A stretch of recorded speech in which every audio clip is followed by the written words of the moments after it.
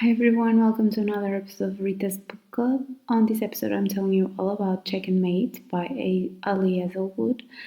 This book came out couple of years ago, and I feel a bit crazy that it took me so long to read it. I've been a huge fan of Ali's books, and I don't know why this one didn't pique my interest as fast as the others. But what a mistake that was. Mallory Greenleaf is done with chess. Every move counts nowadays. After the sport led to the destruction of her family 4 years earlier, Mallory's focus is on her mom, her sisters, and the dead-end job that keeps the lights on.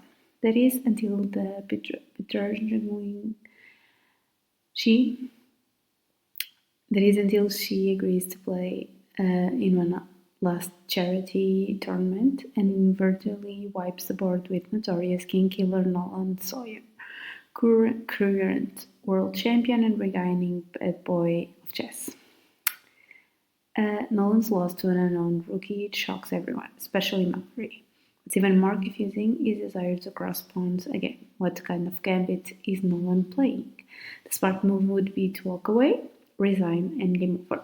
But Mallory's victory opened the door to sorely needed cash prize, and despite everything, she can't help feeling drawn to the enigmatic strategist.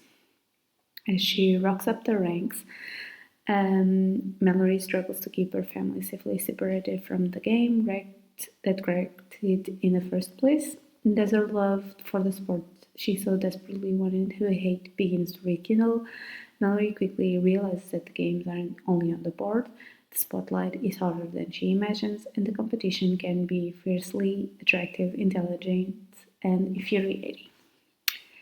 I feel so dumb not to have read this book right away. I absolutely loved it, and I was so involved with the story and the game. This is probably the second book I've ever read that had a chess plot. I previously read The Queen's Gambit, and this was such a good and fresh one. Chess was a big part of the plot, of course, but it didn't feel overcomplicated and hard to keep up with the games. It felt like it was just flowing and mixing perfectly with Mallory's life. That was the real connection and love relationship in the book for me.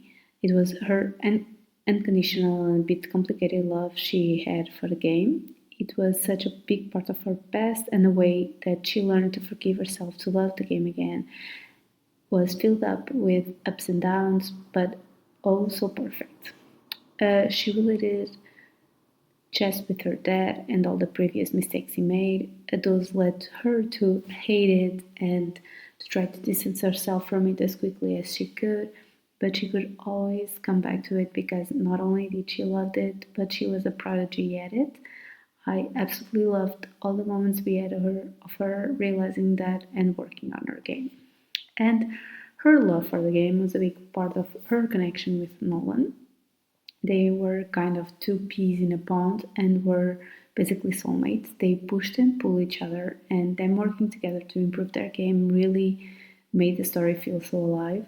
I really liked how their relationship was done in such a natural way. There was no jealousy there, just pure admiration and adoration. Also, a big moment for me personally was Mallory's relationship with her mother and sisters. She had such a big guilt within her, and she was trying to do everything she could to give them everything they needed and loved. It was so cute to see her being a big sister to the kids, but also to deal with what happened in the past, to learn that she had to let go of her guilt, to be a little girl once again, and to let others help and hold her too. She needed to open her arms to her family's love. I also think a big part of this book that made me love it was the critique to the sport and how female players are still treated in the big circles.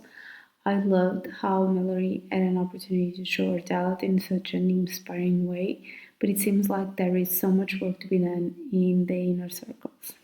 Finally, I have to say that I absolutely loved all the side characters in the chess world. I loved Daphne and Oz, her chess mentors, and the dynamic duo Janu and Emil were some of my favorites too. I loved how they just welcomed Mallory into their little chess group with Nolan. from now on, I learned with my mistakes. I will always buy one of Alice's books because they are definitely good and I don't want to miss on it ever again. As always, if you like this video, please like, comment, and subscribe to my channel. You can also follow me on Instagram at ritasbookclub for more content. Thanks for watching and see you next week. Happy readings.